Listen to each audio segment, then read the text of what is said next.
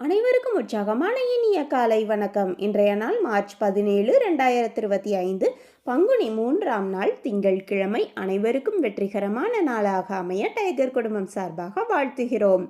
ஒவ்வொரு வெற்றியும் ஒரு பரிசு, ஒவ்வொரு தோல்வியும் ஒரு பாடம், ஒவ்வொரு விடியலும் ஒரு புதிய வாய்ப்பு. அவ்வாறு இந்த புதிய விடியலில் பல வெற்றிகளை அடைய வாழ்த்துக்கள். இப்பொழுது நாம் அனைவரும் 8 மீது நிற்கிறோம். நமது விஷன் மிஷன் இறைவணக்கம் கூறப்போகிறோம். இதை நான் சொல்ல சொல்ல அதன் இடைவெளியில் நீங்களும் அதை திரும்பச் சொல்லுங்கள். அப்படி சொல்வதனால் உங்களுக்குள் ஆற்றல் பெருகுவதை நீங்கள் உணர்வீர்கள். உங்களுக்குள் ஆனந்தமும் ஆரோக்கியமும் நிலைத்திருக்க இது உதவும். Tiger vision. மனம், புத்தி, உடல் மூன்றும் சமநிலையில் இருந்தால் வாழ்க்கை பிரகாசிக்கும். Tiger mission. ஒரு தனி மனிதனின் தொடர்ச்சியான ஆரோக்கியமும் பொருளாதாரமும் இவ்வுலகை மாற்றும். டைகர் இறைவணக்கம். என் வாழ்க்கையின் நம்பிக்கையாயிருக்கும் இறைவா, நான் சேவை செய்யும் இந்த அமைப்பே நீ வாழும் இடமென எண்ணுகிறேன். நான் தினமும் செய்யும் பணியே எனது கடமை என நம்புகிறேன். எனது உடலை கண்ணும் கருத்துமாய் பாதுகாப்பதே எனது பொறுப்பு என உணர்கிறேன். நன்றி இறைவா. நாம் ஆயுள் முழுவதும் ஆரோக்கியத்தோடு ஆனந்தமாய் வாழ்வதற்கு நமக்கு ஆயுள் முழுவதும் ஆசானா 8 நடைப்பயிற்சியை கற்றுத்தர வருகிறார் நமது குரு டாக்டர் டைகர் தேன்கூடு பிரபாகரன் அண்ணா அவர்களை உற்சாகத்தோடு வரவேற்கிறோம். எல்லோருக்கும் இனிய காலை வணக்கம். இந்த அற்புதமான காலை வேளையில் 9 மூட்டுக்களை மசையக்கூடிய அற்புதமான பயிற்சிகளை முடிச்சுட்டு 27 முறை சூப்பர் பிரெயின் யோகா அப்படின்னு சொல்லக்கூடிய தோப்பு கரணங்களை முக மலர்ச்சியோட மன மகிழ்ச்சியோடு முடிச்சுட்டு 8 நடப்பதற்காக தயார் நிலையில் இருக்கிறோம். 8 மீது இருக்கிறோம். கிழக்கு மேற்காக நடப்பவர்கள் கிழக்கு திசையிலிருந்து மேற்கை நோக்கியும், தெற்கு வடக்காக நடப்பவர்கள் தெற்கு திசையிலிருந்து வடக்கை நோக்கியும் நமக்கான முதலடி எடுத்து வைத்து நடையை தொடங்குகிறோம். இப்பொழுது பெண்கள் அனைவரும் இடதுபுறமாகவும் ஆண்கள் அனைவரும் வலதுபுறமாகவும், அதாவது பெண்கள் லெஃப்ட் சைடிலும் ஆண்கள் ரைட் சைடிலும் முதலடி எடுத்து வைத்து நடையை தொடங்குகிறோம். நடை இயல்பாக இருக்கிறது, நடை தளர்வாக இருக்கிறது, தோள்பட்டை தளர்வாக இருக்கிறது, கழுத்து குனியாமல் இருக்கிறது, கால்கள் ஒன்றுக்கு முன்பு ஒன்று வருவது போல் நடந்து கொண்டு இருக்கிறோம். கைகள் அதன் இசைவில் அசைந்து கொண்டு இருக்கிறது. சுவாசம் சீர்நிலையில் இருக்கிறது. எண்ணம் நேர்மறையாக இருக்கிறது. மனம் மகிழ்வுடனும் அமைதியுடனும் இருக்கிறது. ஒற்றை சிந்தனையாளர்கள் அத்தனை பேரும் ஒற்றுமையோடு ஒரே திசையை நோக்கி பயணித்துக் கொண்டு இருக்கிறோம். நமது பயணம் வெற்றிகரமாக அமைய எல்லாம் வல்ல இறைவனை துணை கலைத்து கொண்டு தொடர்ந்து பயணிக்கிறோம். ஒவ்வொரு விடியிலும் நமக்கு பல விஷயங்களை கற்றுத்தந்து கொண்டே இருக்கிறது. நாம் பெற்றுக்கொண்டே இருக்கிறோம். அதை வாழ்வில் பயன்படுத்தி வெற்றி கண்டு கொண்டே இருக்கிறோம். அவ்வாறாக இன்றைய விடியிலும் நமக்கு பல விஷயங்களை கற்றுத்தரப் போகிறது. நாம் பெற்றுக்கொள்ளப் போகிறோம். அதை வாழ்வில் பயன்படுத்தி வெற்றி காணப் போகிறோம். ஒவ்வொரு நாளும் நமது நடையை தொடங்கும் போது நாம் சில பல நினைவூட்டல்களை நினைவூட்டுவது வழக்கம். அந்த வகையில் நம்மளுடைய முதல் நினைவூட்டலாக நாம் எந்த செயலை தொடங்கினாலும், நாம் எந்த நிகழ்வை தொடங்கினாலும், நாம் எந்த நாளை தொடங்கினாலும், நாம் அதாவது எந்த நாள் அப்படின்னா நம்ம இன்றைய விடியல்லையே நம்ம முதலில் செய்ய வேண்டியது நம்மளுடைய தாய், நம்மளுடைய தந்தை, நம்மளுடைய குருமார்கள், நம்மளுடைய இயற்கை, இறைவன், பிரபஞ்சம், நம்மளுடைய இஷ்ட தெய்வங்கள், மூதாதையர்கள், முன்னோர்கள், இவர்களை வழிபட்டு அவர்களிடத்தில் அருளாசி பெற்று அவர்களை துணைக்கு அழைத்து கொண்டு நாம் நமது எல்லா செயல்களையும் தொடங்க வேண்டும். நான் எல்லா பயிற்சிகளையும், எல்லா நிகழ்ச்சிகளையும், எல்லா செயல்களையும், எல்லா நாட்களையும் நீங்கள் இவ்வாறாக தொடங்குங்கள் அப்படின்னு சொல்கிறேன்.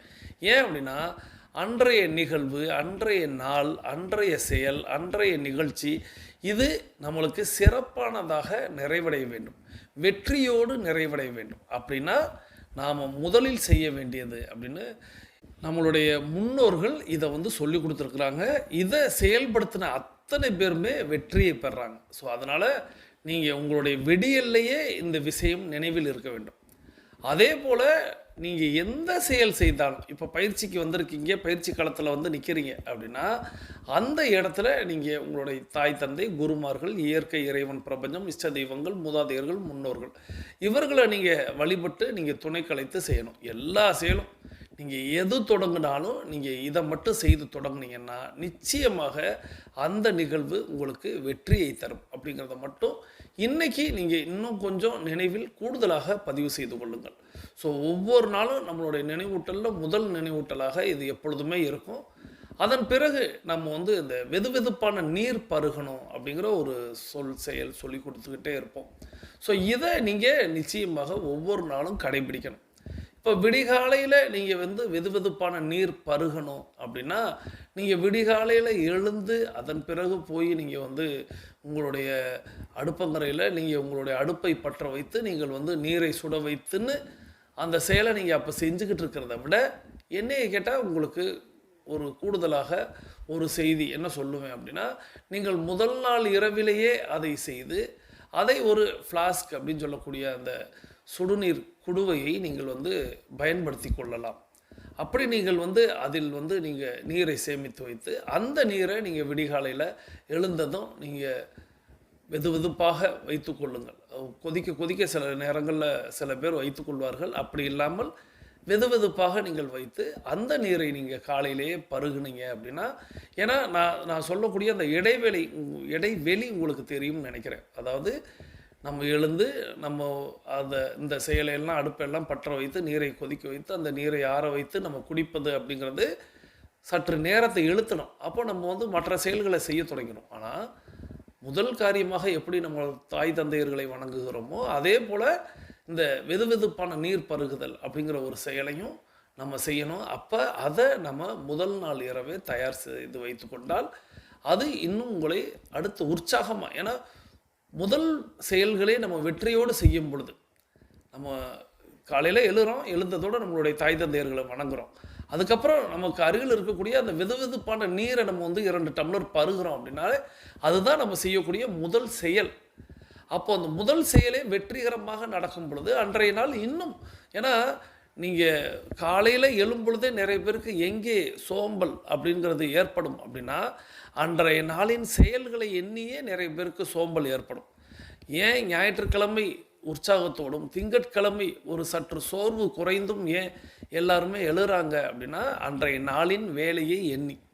அப்போது அன்றைய நாள் அப்படிங்கிறது ஒரு சோர்வு மிக்கதாக ஏன் மாறுது அப்படின்னா வேலை அதிகமாக இருக்கிறது. ஸோ இந்த வேலைகளை எவ்வாறாக செய்து முடிக்க போகிறோம், இப்படி பல்வேறு விஷயங்களை யோசிச்சுட்டு தான் அந்த நாளே அவங்களுக்கு வந்து சோர்வாக இருக்கும். அப்போது நாளைய நாளின் முதல் வேலையை முதல் நாள் இரவே நாம் செய்து வைத்திருந்தால், அதாவது வெதுவெதுப்பான நீரை ஏற்கனவே தயார் செய்து குடுவையில் வைத்திருந்து நம்ம குடிப்பதற்கு தயார் நிலையில் வைத்திருந்தால் விடிகாலையில் எழுந்து முதல் வேலையாக நம்ம வெதுவெதுப்பான நீர் பருகுதல் அப்படிங்கிற ஒரு செயலை செய்துட்டாலே அன்றைய நாள் வெற்றியோடு தொடங்கி இருக்கிறோம். அன்றைய நாளின் முதல் செயலையே வெற்றியோடு செய்திருக்கிறோம் அப்படிங்கிறது. ஏன்னா இதை ஏன் இந்த இடத்துல சொல்கிறேன் அப்படின்னா இதை நிறைய பேர் மறந்துடுறாங்க. அதுக்கப்புறம் தூங்கி எழுவதற்கு சற்று நேரமாகிறது. அதுக்கப்புறம் அந்த நீரை சுட வைத்து பருகுவதற்கு சரி பார்த்துக்கலாம் அப்படின்னு கொஞ்சம் தள்ளி போடுவாங்க. ஆனால் வெதுவெதுப்பான நீர் பருகணும் அப்படிங்கிறத நீங்கள் நினைவில் கொள்ளணும். அதையும் நீங்கள் இந்த நினைவூட்டலில் கூடுதலாக வைத்துக்கொள்ளுங்கள். இதுபோல் பல்வேறு நினைவூட்டல்களை நான் வந்து நித்தம் வேறு வேறு விதமாக வழங்கி கொண்டே இருப்பேன். அதற்கு காரணங்களையும் நீங்கள் புரிந்து கொள்ள வேண்டும். ஏன்னா புதியவர்கள் நிறைய பேருக்கு இது பேருதவியாக இருக்கும். பழையவர்கள் நிறைய பேர்களுக்கு இது மறுவூட்டலாக, அதாவது மறு நினைவூட்டலாக இருக்கும். ஸோ புதியவர்களுக்கு நம்ம வந்து பேருதவியையும் பழையவர்களுக்கு நம்ம வந்து மறு நினைவூட்டலையும் நம்ம செய்து கொண்டே இருப்போம். ஏன்னா இந்த செயல்கள் நித்தம் அனிச்சையாக நம்ம செய்ய வேண்டிய செயல்கள். இதுதான் நினைவூட்டல்களாக நான் நித்தம் சொல்லிக்கொண்டே இருப்பேன். அதை எத்தனை முறை நினைவூட்டலாக நான் சொல்லி வந்து கொண்டிருந்தாலும் மறப்பது அப்படிங்கிறது நிறைய பேருக்கு இயல்பு தானே அப்படின்னு எண்ணிக்கொள்வார்கள். ஆனால் அந்த இயல்பை மாற்றுவது தான் டைகர் குழுமம் அப்படிங்கிறத இந்த நேரத்தில் சொல்லி, தொடர்ந்து திங்கட்கிழமைனாலே நம்ம ஏதேனும் ஒரு புத்தகத்தை வாசித்து கொண்டு பயணிப்பது வழக்கம். அந்த வகையில் கடந்த 3 வாரங்களாக நம்ம வந்து நேரம் நல்ல நேரம் அப்படிங்கிற புத்தகத்தை வாசித்து கொண்டு பயணித்து கொண்டு இருக்கிறோம். லேனா தமிழ்வாணன் அவர்களுடைய எழுத்தில் அந்த அற்புதமான புத்தகத்தை நாம் நேரத்தை எவ்வாறாக நாம் நிர்மாணிக்க வேண்டும், நேரம் நம்மை எப்படி கையாளுகிறது, நாம் நேரத்தை எப்படி கையாள வேண்டும், இப்படி பல்வேறு விஷயங்களை நம்ம அந்த புத்தகத்தில் பார்த்துக்கிட்டு வர்றோம். கடந்த வாரத்தில் இந்த கடிதம் அப்படிங்கிற ஒரு விஷயத்தை தொடர்ந்து கடைசியாக நம்ம முடித்த இடம் அப்படிங்கிறது தூக்கத்தை குறைத்து நேரத்தை சம்பாதிக்க சில நல்ல வழிமுறைகள் இருக்கின்றன சொல்கிறேன் அப்படிங்கிறதோட அதை நிறுத்தியிருந்தோம். இப்போ அதிலிருந்தே நம்ம தொடங்குகிறோம். எப்படி வரும் தூக்கம்? நேரத்தின் மிகப்பெரிய எதிரி இந்த தூக்கம்.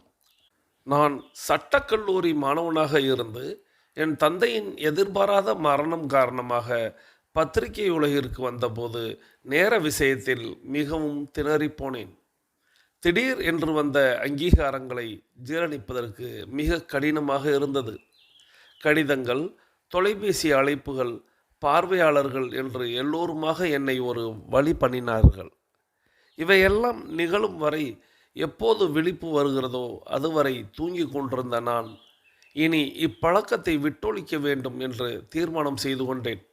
எழும் நேரத்தை காலை மணி 6 ஆக்கினேன், 5:30 ஆக்கினேன், 5, 4:30, 4 என்று ஆகியது.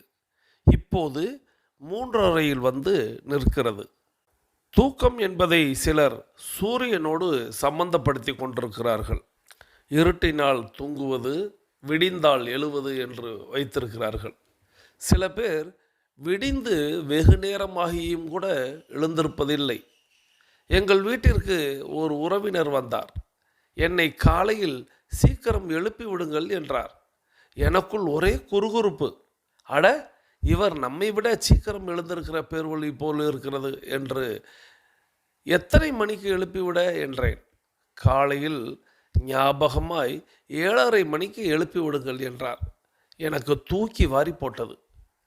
சிலரை 8 மணிக்கு எழுப்பினால் கூட என்னங்க இப்படி காலங்காத்தால எழுப்பி கழுத்த இருக்கிறீங்க என்று சலித்து கொள்வார்கள். உங்கள் வட்டத்தில் வாழ்க்கையில் வெற்றி பெற்றவர்கள் பட்டியல் எடுங்கள். அவர்களுள் யாராவது தூங்கு மூஞ்சிகளாக இருக்கிறார்களா என்று பாருங்கள். இருக்கவே மாட்டார்கள். வாழ்வின் வெற்றியாளர்கள் அனைவரும் தூக்கத்தை 2ஆம் பட்சமாக ஆக்கியவர்களே. வாழ்வின் லட்சியங்களை வகுத்து கொண்டு அதை பற்றியே சதா சர்வகாலமும் நினைத்து கொண்டு முயற்சிகளை மேற்கொண்டபடி இருந்தால் எப்படி வரும் தூக்கம்? அந்த லட்சியம் நம்மை புரட்டி புரட்டி எடுக்காதா? காலையில் சீக்கிரம் எந்திரிச்சு என்ன பண்ணுறதுனே தெரியலைங்க, அதனால் நான் திரும்பவும் தூங்கிடுறேன் என்கிறார்கள் சிலர். இவர்கள் நம் வாழ்க்கை தரம் இப்படியே இருந்துவிட்டு போகட்டும் என்று எண்ணுகிறவர்கள். வாழ்க்கையின் வெற்றிகள் என்பவை பணம், புகழ், செல்வாக்கு ஆகிய அளவுகோல்களால் அளவிடப்படுகிற காலம் இது. எனவே இந்த 3ஐயும் அடைவதற்கு நாம் என்ன செய்யலாம் என்று சிந்தித்து இந்த நேரத்தை பயன்படுத்தி கொள்ள வேண்டும். அப்படி செய்து வந்தால் என்றாவது ஒரு நாள் திடீரென்று ஒரு தீப்பொறி கிடைக்கும். அதை ஊதி ஊதி உள் நெருப்பாக ஆக்க வேண்டும். அதை உள்ளத்தில் நன்கு பதிந்து விட்டால் தூக்கமாவது ஒன்றாவது என்கிற வேகம் வரும். இந்த நினைப்பு உங்களது இரவுகளை பகல்களாக்கும், பகல் கனவுகளை சாத்தியப்படுத்தும். இது நிச்சயம். இப்படி ஏதும் பெரிய லட்சியங்கள் இல்லாவிட்டாலும் சிறிய விஷயங்களிலாவது நீங்கள் சரியாக இருக்கிறீர்களா? உங்கள் பணிகள் எல்லாம் சரிவர நடக்கின்றனவா? கடிதங்களுக்கு பாக்கி இல்லாமல் பதில் எழுதியாச்சா? அறை, மேஜை, டிராயர் சுத்தமாக இருக்கின்றனவா? அவரை பார்க்க வேண்டியிருக்கிறதே, பார்த்தாச்சா? இவர் ஒரு வேலை சொன்னாரே, அதை முடிச்சாச்சா? நண்பர் ஒருவருக்கு ஒரு உதவி செய்கிறேன் என்றீர்களே, அதை உரிய காலத்தில் முடித்து தந்தீர்களா? கணக்கு வழக்குகள் எல்லாம் சரிவர இருக்கின்றனவா? படிக்க வேண்டிய பத்திரிகை புத்தகங்களை எல்லாம் படித்தாயிற்றா? Licence, passport எடுத்தாயிற்றா? அவற்றை புதுப்பித்தாயிற்றா? உங்களிடம் இருக்கும் எது ஒன்றையும் கேட்டால் தேடாமல் உடனே சட்டென்று எடுத்து தந்துவிட முடியுமா? உங்களின் ஒப்புதலுக்காக, உத்தரவுக்காக காத்து நிற்கிற விஷயங்கள் ஏதும் இல்லையா? குடும்பத்தினருக்கு நீங்கள் எந்த விஷயத்திலாவது போதுமான நேரம் செலவழிக்கவில்லை என்று குறை இருக்கிறதா? இவற்றில் ஒன்றிற்கு கூட எதிர்மறையான பதில் வரக்கூடாது. அப்படி வந்தால் விடிந்த பிறகும் தூக்கம் என்ன வேண்டி கிடக்கிறது? தூக்கம். உணர்வுகள் வலுவாக இருந்தால் தூக்கம் என்பது இரண்டாம் பட்சமாகிவிடும். நம் மனதுக்கு மிக பிடித்த நபர் வருகிறார் என்றால் நமக்கு தூக்கம் வருமா? லாட்டரியில் பரிசு விழுந்தால் அன்று இரவு தூக்கம் வருமா? நாம் மிகவும் விரும்பி ரசிக்கும் மேட்ச் நடக்கிறது, வருமா தூக்கம்? அன்று அமெரிக்காவுக்கு பயணம், வருமா தூக்கம்? வராது. எனவே நேரத்தை சரிக்கட்ட முடியாதவர்களுக்கு தூக்க நேரத்திலிருந்து அதை கொஞ்சம் அபகரிப்பது சிரமமான விஷயம் அல்ல. உணர்வுகள் வலுவாக இருந்தால் இப்படி செய்வதன் மூலம் தினமும் 2-3 மணி நேரங்களை மிச்சப்படுத்த முடியும். இரவு தூங்க போகும்போது பெரும்பாலானவர்கள் காலையில் சீக்கிரம் எழுந்திருக்க வேண்டும் என்கிற எண்ணத்தோடு தான் படுக்கையில் விழுகிறார்கள். ஆனால் காலையில் தலை தூக்கும் சோம்பலும் தூக்க கலக்கமும் இந்த எண்ணத்தை விரட்டி அடித்து விடுகின்றன. இந்த விஷயத்தில் வெற்றி பெற வேண்டுமானால் ஒரு உண்மையை தெரிந்து கொள்வது அவசியம். உடல் வேறு, மனம் வேறு. மனதைத்தான் வெற்றி பெற அனுமதிக்க வேண்டுமே தவிர உடலை வெற்றி கொள்ள விட்டுவிடக்கூடாது. மனம் உடலை செல்லமாக எழுந்திரு, வேலை இருக்கு என்று கெஞ்சினால் உடல் சீப்போ முடியாது என்று உதாசீனப்படுத்திவிட முடியும். நம் உடலிடம் நம் மனம் கொஞ்சம் கடுமையாக நடந்து கொள்வது அவசியம். சரி சரி எழுந்துரு, நிறைய வேலை இருக்கிறது, இன்னைக்கு விட்டா போச்சு, தூக்கம் நமக்கு முக்கியம் இல்லை என்று மனம் உடலுக்கு அதிரடி உத்தரவு போட வேண்டும். இப்படிப்பட்ட மன உறுதியை பெற படுக்க போகும்போதே நாளைக்கு கண்டிப்பாக காலையில் சீக்கிரம் எழுந்திருக்க வேண்டும், இதில் எந்த மாற்றமும் இருக்கக்கூடாது என்று மனதிற்குள் அழுத்தமாக சொல்லிக்கொள்ள வேண்டும். உடலுக்கு சலுகை கொடுத்து சௌகரியங்களை செய்து கொடுத்தவர்கள் வாழ்வில் உயரங்களை தொட்டதாக வரலாறு கிடையாது. அதிகாலையில் எழுந்திருப்பது ஒரு கலை. சில பேர் தலைமாட்டில் அலாரம் கடிகாரத்தை வைத்து கொள்கிறார்கள். அலாரம் அடித்ததும் அதன் தலையில் தட்டிவிட்டு இன்னும் சௌகரியமாக போர்வையை போர்த்தி கொண்டு திரும்ப தூங்குகிறார்கள். இங்கு உடல் வென்று விடுகிறது. அலாரம் என்பது கைக்கு எட்டும் தூரத்தில் இருக்கவே கூடாது. எழுந்து சில அடிகள் நடந்து போய் அமர்த்துவதாக இருக்க வேண்டும். அலாரத்தில் இப்போது ஸ்னூஸ் என்ற ஒரு வசதி இருக்கிறது. இந்த வசதி இருந்தால் அலாரம் 5 நிமிடங்களுக்கு ஒரு முறை அடித்து கொண்டே இருக்கும். இது கிடைத்தால் மிக எளிது. அலாரம் கடிகாரம் சமயங்களில் கவிழ்த்துவிடும். இதை அதிகம் நம்ப முடியாது. ரயில் பிடிக்க, விமானம் பிடிக்க வேண்டுமானால் 1ற்கு 2ஆக ஏற்பாடு செய்து கொள்வது நல்லது. சிலருக்கு சிரமப்பட்டு எழுந்து உட்கார்ந்த பிறகும் கூட 10வது நிமிடம் தூக்கம் ஆளை கீழே தள்ளும். இதை தவிர்க்க வேண்டுமானால் மனதிற்கு பிடித்த வேலைகளை முதல் வேலையாக எடுத்துக்கொள்ள வேண்டும். இது என்ன என்பதை உங்கள் முடிவுக்கே விட்டு விடுகிறேன். போர் அடிக்கிற விஷயங்களை எடுத்துக்கொள்ள வேண்டாம். உடல் வெல்வது உறுதியாகிவிடும். ஒவ்வொருவருக்கும் பிரைம் டைம் என்கிற சிறந்த நேரம் என்று ஒன்று உண்டு. இது பெரும்பாலும் காலை நேரம்தான். இதை எப்படி பயன்படுத்திக் கொள்வது என்பதை பார்ப்போம். இதுவரை ஆசிரியர் குறிப்பிட்டது அப்படிங்கிறது என்ன அப்படின்னா, அவர் சட்டக்கல்லூரி மாணவராக இருந்தவரை அவருடைய வாழ்க்கை போக்கு அப்படிங்கிறது அவருடைய தந்தையாரின் மரணத்திற்கு பிறகு மாறியது. அப்போது என்னுடைய தூக்கமும் எப்படி மாறியது அப்படின்னு சொன்னார். தான் ஒரு எழுத்தாளராக மாறினதுக்கு பிறகு காலையில் அவர் 6 மணிக்கு எழுந்திருந்த நபர் அதை 5:30 ஆக்கி, 5 ஆக்கி, 4:30 ஆக்கி, 4 ஆக்கி, இன்றைக்கி 3:30க்கு நிற்கிறேன் அப்படின்னு சொன்னார். ஸோ தூக்கத்தை எவ்வளவுக்கு அவ்வளவு குறைத்து கொள்கிறோமோ அவ்வளவுக்கு அவ்வளவு, அதாவது விடிகாலையில் எழுவதை எவ்வளவுக்கு அவ்வளவு வேகமாக்குகிறோமோ அவ்வளவுக்கு அவ்வளவு வெற்றியை காணலாம் அப்படின்னு சொன்னார். ஸோ குறைந்தபட்சம் 6 மணி நேரம், அதிகபட்சம் 8 மணி நேரம் தூக்கம் அப்படிங்கிறத டைகர் குழுமம் உங்களுக்கு நித்தம் வலியுறுத்தி கொண்டே இருக்கிறது. உங்களுக்கு நல்ல தூக்கம் தேவை அப்படின்னா இரவில் வெகு வேகமாக தூங்கச் செல்வது பழக்கமாக்கி கொள்ளுங்கள் அப்படிங்கிறதையும் பலமுறை சொல்லியிருக்கிறேன். ஸோ விடிகாலையில் எழுவது வெற்றியை தரும் அப்படிங்கிறத சொல்கிறார். சிலருக்கு நான் தூங்கி எந்திரிச்சு காலையில் எழுந்திரிச்சு என்ன பண்ண போகிறேன், அதனால் மீண்டும் தூங்குகிறேன் அப்படின்னு சொல்கிறாங்க. ஒரு சிலர் என்னை வேகமாக எழுப்பி விடுங்கள்னு சொல்கிறாங்க. ஆனால் 7:30 மணி அப்படின்னு சொல்கிறாங்க.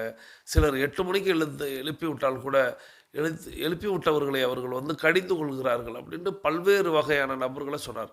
அதனோட இன்னொரு விஷயம் சொன்னார். உங்கள் வட்டத்தில் உள்ளவங்களை வெற்றியாளர்கள் உங்களை சுற்றி உங்களுடைய ஊரில், உங்களுடைய தெருவில், உங்களுடைய நண்பர்களில், உறவினர்களில், உங்களுடைய மாவட்டத்தில் வெற்றியாளர்கள் அப்படின்னு ஒரு பட்டியல் எடுத்தீங்க அப்படின்னா, அந்த பட்டியலில் எல்லோருமே தூக்கத்தை தொலைத்தவர்கள், அதாவது சோம்பேறித்தனத்தை விட்டொழித்தவர்கள் அப்படிங்கிறவங்க தான். வெகு விரைவாக எழக்கூடியவர்கள், அவர்கள் தான் வெற்றி கண்டிருப்பார்கள் அப்படிங்கிறத நீங்களே உங்கள் ஊர்லேயே பட்டியல் எடுத்து நீங்கள் பார்த்து கொள்ளுங்கள் அப்படின்னு ஒரு பாயிண்ட் சொன்னார். வாழ்க்கையில் ஒரு லட்சியத்தை நம்ம வகுத்திருக்கணும், அல்லது அதை பற்றியே சர்வ சதா காலமும் நினைத்து கொண்டிருந்தால் எப்படி தூக்கம் வரும் அப்படின்னு சொன்னார். அதாவது நம்ம டைகர் கிளப்பில் சொல்லுவோம், இலக்கை நிர்ணயித்து பயணிக்க வேண்டும். இலக்கை நிர்ணயித்து பயணித்தாலே தேவையற்ற விஷயங்கள் எல்லாம் நம்மளால் ஒதுக்க முடியும் அப்படிங்கிறத நாம் புரிந்து கொள்ள முடிகிறது. அதில் தூக்கமும் வருகிறது. தூக்கம் அப்படிங்கிறது குறைத்து கொள்ள நான் சொல்லவே மாட்டேன். தூக்கத்தை நீங்கள் அளவாக நித்தம் செய்தாக வேண்டும். 6 மணி நேரத்திலிருந்து 8 மணி நேரம் அப்படிங்கிறத அவரவர்கள் உடல் வாகுக்கு தகுந்து வைத்துக்கொள்ள வேண்டும். அதை நாம் எத்தனை மணிக்கு எழுகிறோம் என்பதில் தான் இந்த இடத்துல இருக்குது. விடிகாலையில் எழணும். விடிகாலையில் எழுந்தால்தான் நாம் நமது மனதை வெற்றி காண வைத்திருக்கிறோம் அப்படிங்கிறது பொருளாக வரும். உடலை வெற்றி காண வைப்பது அப்படிங்கிறது சோம்பேறித்தனத்தின் உச்சம் அப்படிங்கிறத ஆசிரியர் இந்த இடத்துல சொல்கிறார். அதன் பிறகு இன்னொரு விஷயத்த சொல்கிறார். இன்றைக்கி வெற்றி அப்படிங்கிறது பணம், புகழ், செல்வாக்கு ஆகிய அளவுகோல்களில் இருக்கிறது. இதை பற்றியே நாம் சிந்தித்து கொண்டிருக்கும் பொழுது நமக்கு தூக்கம் அப்படிங்கிற ஒரு விஷயம் தேவையே படாது.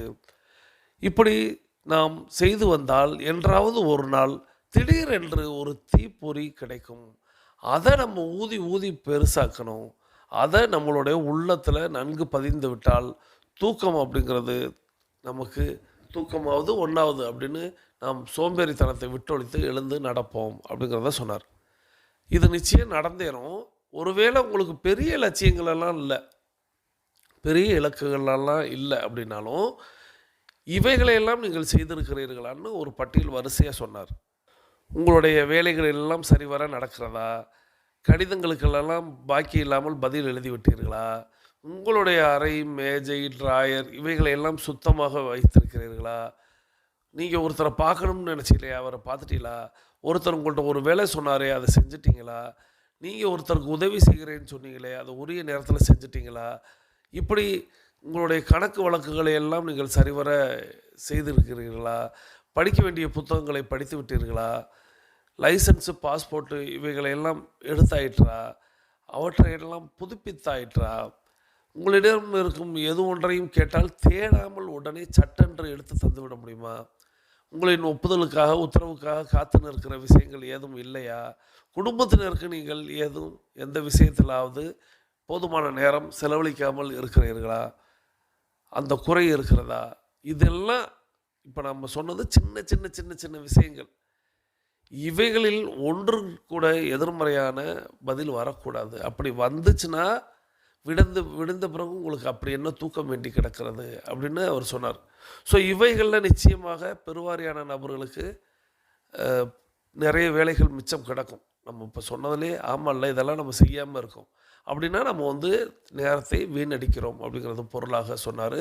இப்போ நம்மளுடைய 21 நிமிடத்தை நிறைவுக்கு கொண்டு வருகிறோம். வாருங்கள் அனைவரும் தொடங்கிய திசைக்கு வந்து விடுகிறோம்.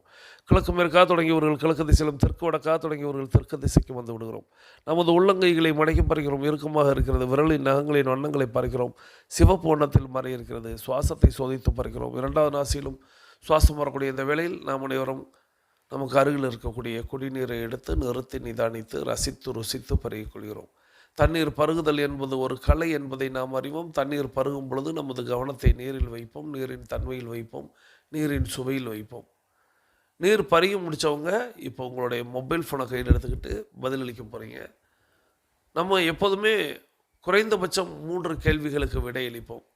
அதில் நித்தம் 2 கேள்விகளுக்கு ஒரே பதில் தான். ஆனால் அதை நீங்கள் எவ்வளோ சுவாரஸ்யமாக எழுதுறீங்க அப்படிங்கிறதுல தான் விஷயம் இருக்கிறது அப்படிங்கிறத நான் அடிக்கடி சொல்லுவேன். அதில் முதலாவதாக டெய்லி ஆக்டிவிட்டி ரிப்போர்ட் அப்படின்னு சொல்லக்கூடிய தினசரி நடவடிக்கை அறிக்கை சமர்ப்பித்து விட்டீர்களா? டெய்லி ஆக்டிவிட்டி ரிப்போர்ட் அப்படின்னு சொல்லக்கூடிய தினசரி நடவடிக்கை அறிக்கை சமர்ப்பித்து விட்டீர்களா?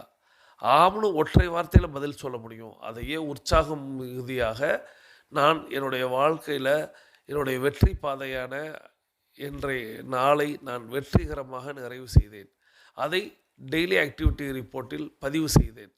டெய்லி ஆக்டிவிட்டி ரிப்போர்ட் பதிவு செய்யும் பொழுது நான் மிகவும் உற்சாகத்தோடும் ஆனந்தத்தோடும் பெருமையோடும் அதை பதிவிடுகிறேன் அப்படின்னு நீங்கள் உங்களை எவ்வளவுக்கு எவ்வளவு உங்களை வாழ்த்துகிறீர்களோ, பாராட்டுகிறீர்களோ, உற்சாகமூட்டுகிறீர்களோ அந்த வார்த்தைகளை எல்லாம் நீங்கள் உள்ளடக்கியதாக அங்கே எழுத வேண்டும். இது முதல் கேள்வி. இரண்டாவது கேள்வி அப்படிங்கிறது, நேரமின்மை அப்படிங்கிறது எல்லோருக்குள்ளும் இருப்பது போல தோன்றும். 24 மணி நேரத்தில் நேரமின்மை அப்படிங்கிறது எல்லோருக்குமே தோன்றும். அப்படி நேரத்தை நீங்கள் ஒதுக்கியது போக உங்களுக்கென்று ஒரு ப்ரைம் டைம் அப்படின்னு ஒன்று இருக்கிறது அப்படின்னு சொன்னார் அல்லவா? அதைத்தான் பார்க்க போயிடும் அப்படின்னு சொன்னார் அல்லவா?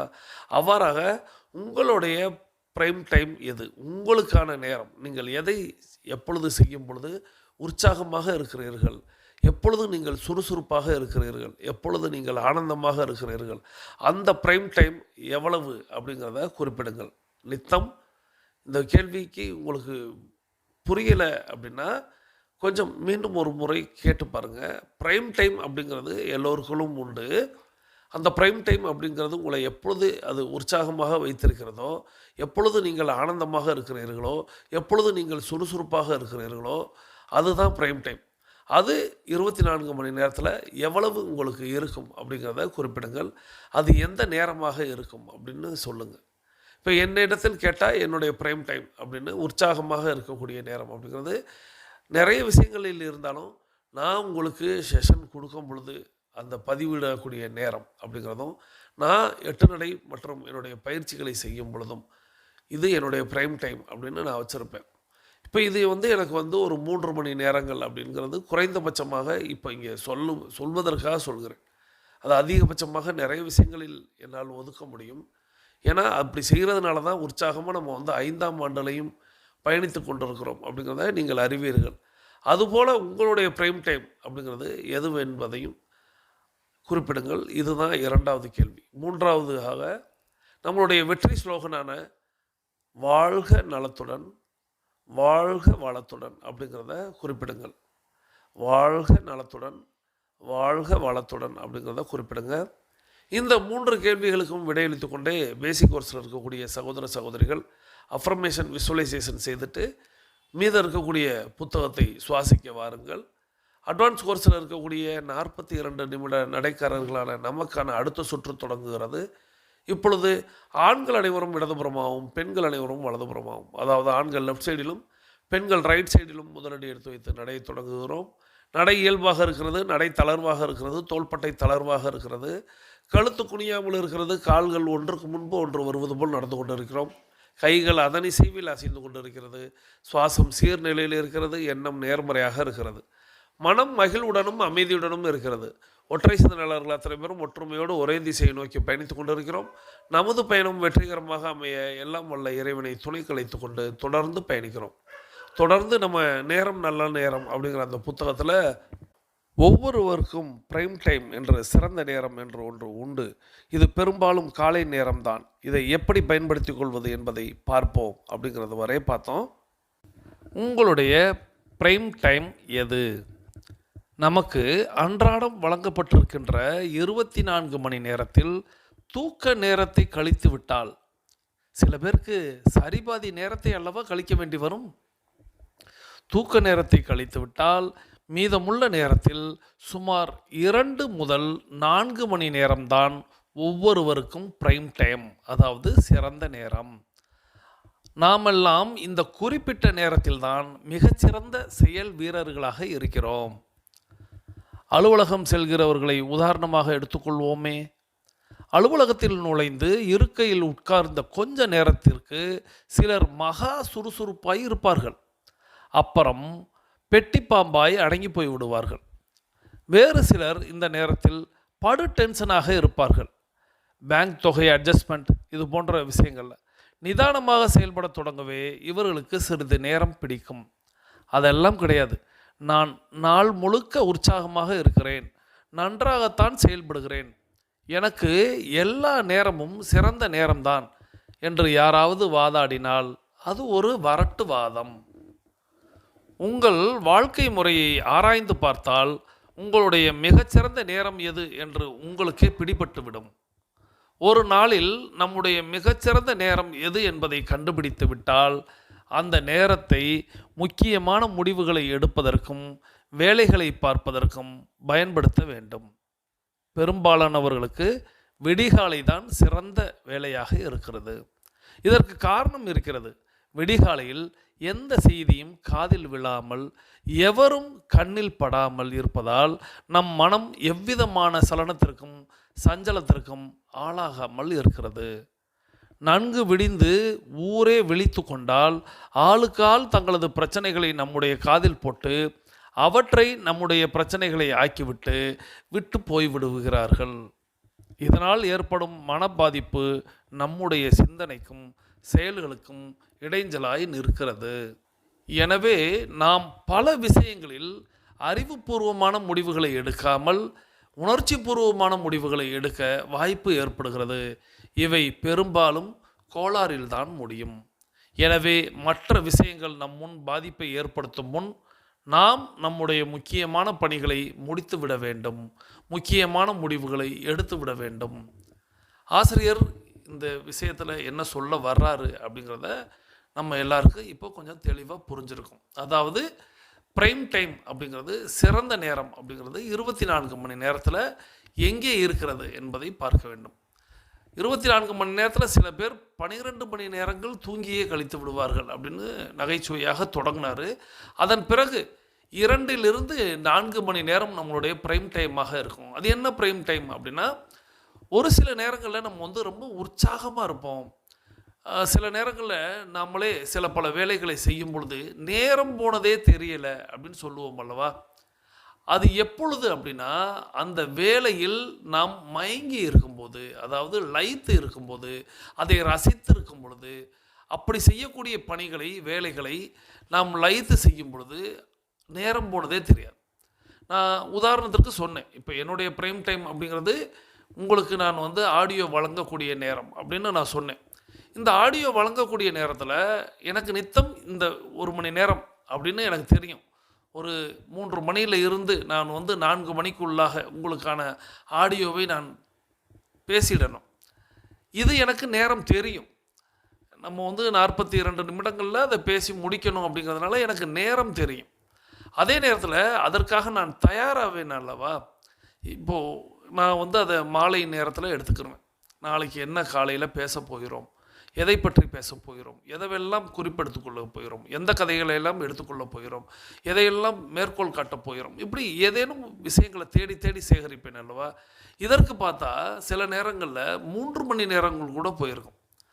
ஒரு 7 மணிக்கு ஆரம்பிக்கிறது அப்படிங்கிறது சில நாட்களில் 10 மணியை கூட கடந்துடும். நானே உங்கள் எல்லாருக்கும் சொல்லுவேன் 9 மணிக்கு தூங்க செல்லணும்னு. ஆனால் எனக்கு நேரம் போனதே சில நேரங்களில் தெரியாது. எப்பொழுது அப்படின்னா, நாம் அதில் ஆர்வமாக இருக்கும் பொழுது அப்படிங்கிறது. அப்போது ஒரு சில நாட்களில் எனக்கு அரை மணி நேரத்தில் சில விஷயங்கள் கிடைத்தனும். சரி, நம்ம நாளைக்கு இதை பேசிடலாம் அப்படின்னு முடிவெடுக்கலாம்.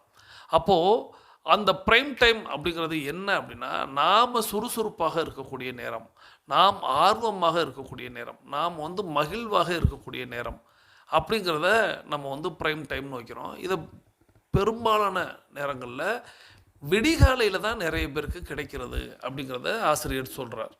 நம்ம டைகர் கிளப்பில் இன்னொரு விஷயம் சொல்லுவோம்.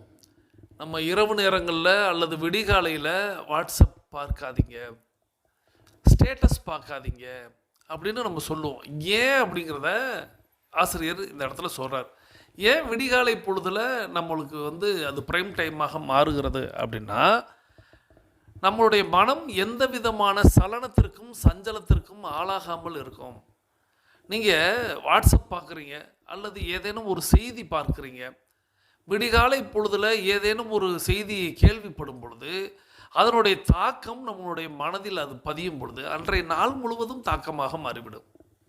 நீங்கள் ஸ்டேட்டஸ் பார்க்குறீங்க, யாரோ ஒரு 2 நண்பர்களுடைய ஸ்டேட்டஸ் பார்க்கும் பொழுது, அதில் அவர்கள் ஏதேனும் ஒரு செய்தியை பகிர்ந்து அளிக்கும் பொழுது, அது நமக்கு அன்றைய பொழுதையே தாக்கமாக மாற்றிவிடும். நம்ம ஸ்டேட்டஸ் வைக்கிறதையே பலமுறை சொல்லியிருப்பேன். நீங்கள் சோகமான ஸ்டேட்டஸ்லாம் வைக்காதீங்க. உங்களுடைய சோகத்தை, உங்களுடைய கவலையை, உங்களுடைய துக்கத்தை பிறரிடம் இப்படி பகிராதீர்கள். நீங்கள் உங்களுடைய துக்கத்தை, உங்களுடைய சோகத்தை நீங்கள் பிறர்கிட்ட பகிரணும் அப்படின்னா, யார் உங்களுக்கு ஆகச்சிறந்த மிகச்சிறந்த நண்பராக உறவாக இருக்கிறாங்களோ அவர்களிடத்தில் பகிரணும். அதை விடுத்து ஊருக்கே பகிர்கிறேன் பேர்வழி அப்படின்னு சொல்லி எனக்கு மனசு ஃப்ரீ ஆகிடும் அப்படின்னு நினச்சிங்கன்னா, மற்றவர்கள் அதை வாசிக்கும் பொழுது பார்க்கும் பொழுது அது அவர்களுடைய மனதில் மிகப்பெரிய தாக்கத்தை ஏற்படுத்தும். அந்த தாக்கம் விடிகாலையில் ஏற்படும் பொழுது அந்த நாள் முழுவதும் அவர்களுக்கு அது. அதனால தான் நம்ம டைகர் கிளப்பில் நீங்கள் 8 நடைய காலையில் நடங்க, காலையிலேயே நல்ல செய்திகளை கேளுங்க, காலையிலேயே உங்களுடைய மனதிற்கு புத்திக்கு உங்களுடைய உடலுக்கு தேவையான விஷயங்களை தெரிஞ்சுக்கிறங்க. அன்றைய நாள் முழுவதும் அது பயணிக்க வைக்கும், அந்த உற்சாகத்தை உங்களுக்கு தரும். அன்றைய நாளில் நீங்கள் காலையிலேயே ஜெயித்ததுக்கப்புறம், காலையிலேயே நீங்கள் சாதனை புரிந்ததுக்கப்புறம், எல்லாரும் தூங்கி கொண்டிருக்கக்கூடிய தருவாயில் நாம் மட்டும் நம்மளுடைய பயிற்சிகளை முடிச்சிட்டோம் அப்படின்னா நாம் ஜெயிச்சிருக்கோம், நம்ம சாதிச்சிருக்கோம். அந்த சாதனையே நம்மளை அந்த நாள் முழுவதும் செய்ய வைக்கும், எல்லா வேலைகளையும் சுறுசுறுப்பாக செய்ய வைக்கும் அப்படின்னு நம்ம சொல்லுவோம்.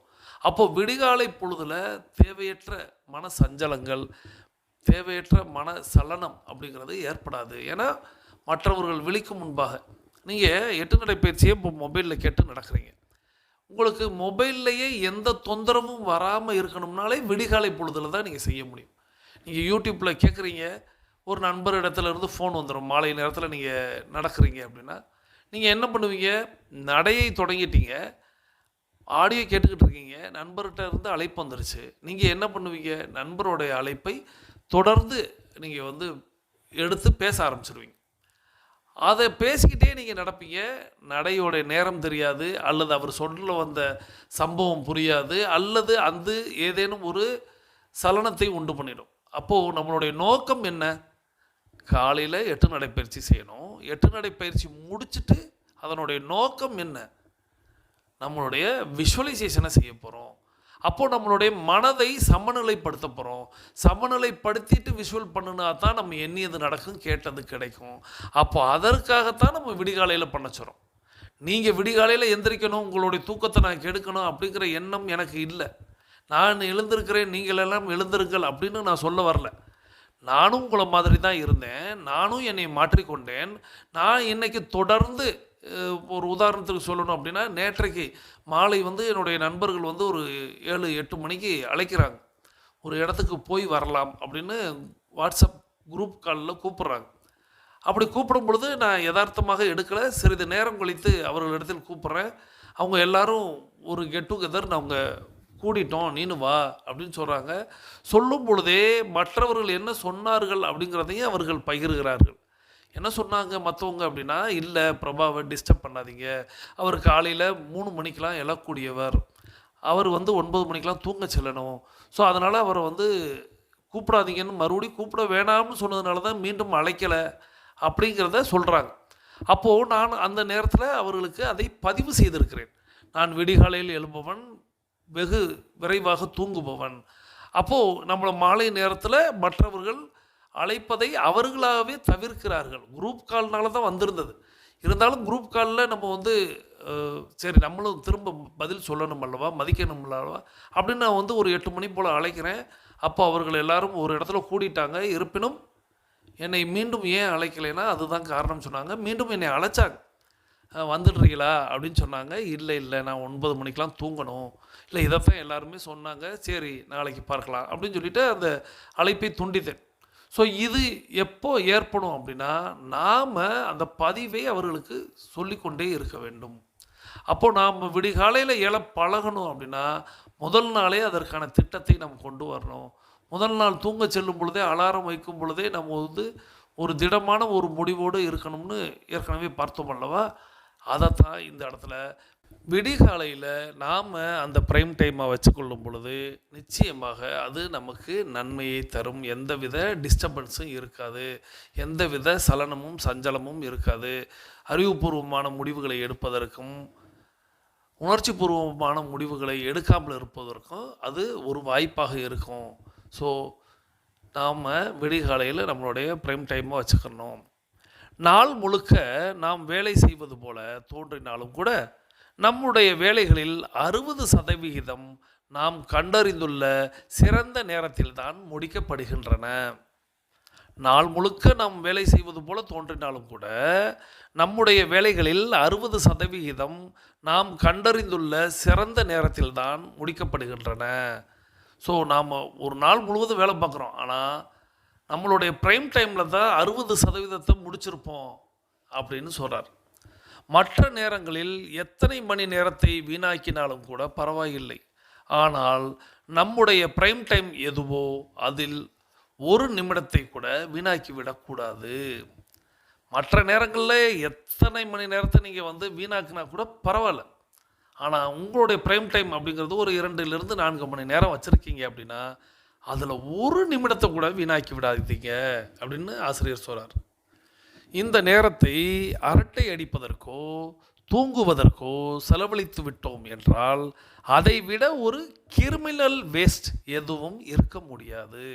ஏன் அந்த இடத்துல நான் அதை அழுத்தி சொன்னேன்னா அந்த வார்த்தை எப்படி, இந்த நேரத்தை அரட்டை அடிப்பதற்கோ தூங்குவதற்கோ செலவழித்து விட்டோம் என்றால் அதை விட ஒரு கிரிமினல் வேஸ்ட், அது மாதிரி ஒரு கிரிமினல் வேஸ்ட்டுங்கிறது புரிஞ்சிருக்கும்னு நினைக்கிறேன், எதுவும் இருக்க முடியாதுன்னு சொல்லிட்டார். அப்போ நம்ம தூங்கக்கூடாது, நாம் அரட்டை அடிக்கக்கூடாது. இப்போ அதை மாலை நேரத்தில் வச்சுருக்கீங்க, மதிய நேரத்தில் வச்சுருக்கீங்க, இல்லை பகல் நேரத்தில் வச்சுருக்கீங்கனாலும் அந்த நேரத்தை அது உங்களுக்கான நேரம், உங்களுடைய ப்ரைம் டைம் அப்படிங்கிறத தெரிந்து கொள்ளுங்கள்.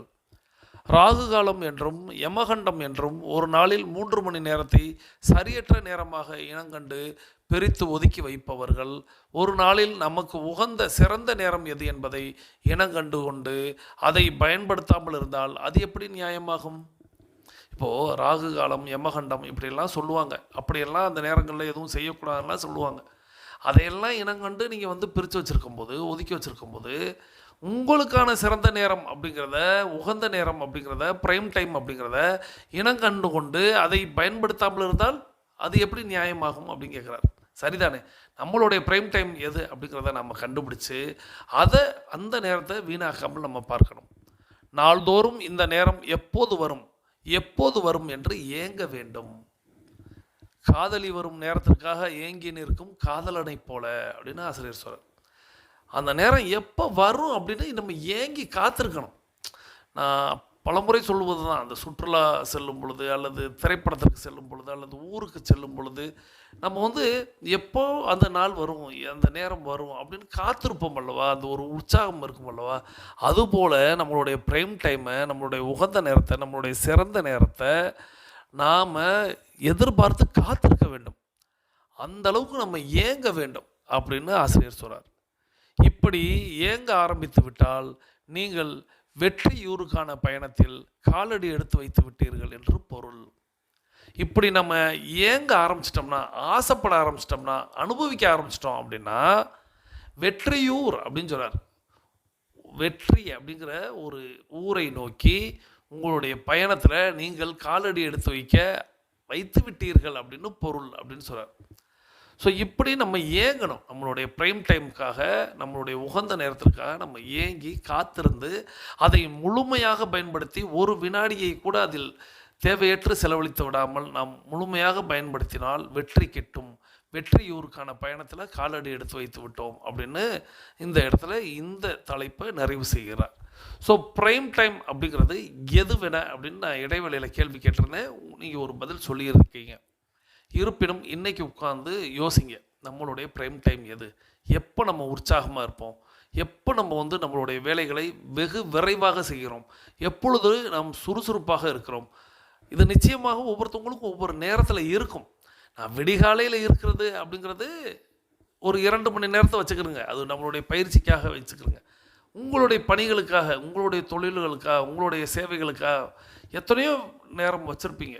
அதில் இப்போ காலையில் ஒரு அலுவலகம் செல்பவர்களாக இருக்கிறீங்க, காலையில் 10 to 12 நீங்கள் ரொம்ப பீக்காக இருப்பீங்கன்னா அந்த 10 to 12 எந்தவித நொடியையும் வேஸ்ட் படுத்தாமல் வேலையை முடிச்சிங்கன்னா அதுலேயே நம்ம 60% வேலையை முடிச்சிருவோம். அதன் பிறகு 12லேருந்து மாலை 6 மணி வரை தான் மீதி வேலையை பார்க்க போகிறோம். அப்படின்னு சொல்கிறாங்க. ஸோ நம்ம பிரைம் டைம் எது என்பதை இன்னைக்கு நாம் முடிவெடுக்கலாம். எது என்பதை நாம் இன்னைக்கு இனங்கண்டு கொள்ளலாம். அந்த நேரத்தை நாம் குறித்து வைத்துக் கொள்ளலாம். அதை நாம் பயன்படுத்தலாம் அப்படிங்கிறத சொல்லி இந்த அற்புதமான புத்தகத்திற்கு இன்னும் புத்தகம் நிறைய நீளும். இந்த பகுதியை வழங்கிய ஐயா திரு லேனா தமிழ்வாணன் அவர்களுக்கு நன்றியை சொல்லி நம்மளுடைய 42 நிமிடத்தை நிறைவுக்கு கொண்டு வருகிறோம். வாருங்கள் அனைவரும் தொடங்கிய திசைக்கு வந்து விடுகிறோம். கிழக்கு மேற்காக தொடங்கியவர்கள் கிழக்கு திசையிலும் தெற்கு வடக்காக தொடங்கியவர்கள் தெற்கு திசைக்கு வந்து விடுகிறோம். நமது உள்ளங்கைகளை மடக்கி பார்க்கிறோம், இறுக்கமாக இருக்கிறது. விரலில் நகங்களில் வண்ணங்களை பார்க்கிறோம், சிவப்பு வண்ணத்தில் மாறி இருக்கிறது. சுவாசத்தை சோதித்து பார்க்கிறோம். இரண்டாவது நாசியிலும் சூப்பராக சுவாசம் வரக்கூடிய இந்த வேளையில் நாம் அனைவரும் கிழக்கு திசையை நோக்கி நின்று அஃபர்மேஷன் விசுவலைசேஷன் செய்து இன்றைய நாளை தொடங்குவோம். இன்று நம்மோடு இணைந்து பயணித்த அத்தனை அன்பு சகோதர சகோதரிகளுக்கும் அவர்களது குடும்பம் மகிழ்ச்சியோடும் ஆரோக்கியத்தோடும் செல்வ வளங்களோடும் இருப்பதற்கு எல்லாம் வல்ல இயற்கை இறைவன் பிரபஞ்சம் துணை நிற்க வேண்டும். அவர்கள் எண்ணியதெல்லாம் நடக்க வேண்டும், கேட்டதெல்லாம் கிடைக்க வேண்டும். அவர்களது குடும்பத்தில் ஆரோக்கியம் நிலைத்திருக்க வேண்டும், ஆனந்தம் நிலைத்திருக்க வேண்டும். அவர்களுடைய பொருளாதாரம் உயர்ந்து கொண்டே இருக்க வேண்டும். அவர்களது பணி சிறந்து விளங்க வேண்டும். அவர்களது பணி பிறர் பாராட்டும்படியாக அமைய வேண்டும். அதை எல்லாம் வல்ல இயற்கை இறைவன் பிரபஞ்சம் அவர்களுக்கு வழங்க வேண்டும் என்று நம்மளுடைய வேண்டுதல்களையும் வாழ்த்துக்களையும் தெரிவித்து இன்றைய நாள் உங்களுக்கும் அற்புதமான நாளாக அமையட்டும். இன்றைய நாளில் தாங்கள் தங்களது குடும்பம் மகிழ்ச்சியோடும் ஆரோக்கியத்தோடும் செல்வ வளங்களோடும் இருப்பதற்கு எல்லாம் வல்ல இயற்கை இறைவன் பிரபஞ்சத்தை நானும் வேண்டிக் கொள்கிறேன். மீண்டும் சந்திப்போம், கலந்து சிந்திப்போம். வாழ்க நலத்துடன், வாழ்க வளத்துடன். நன்றி.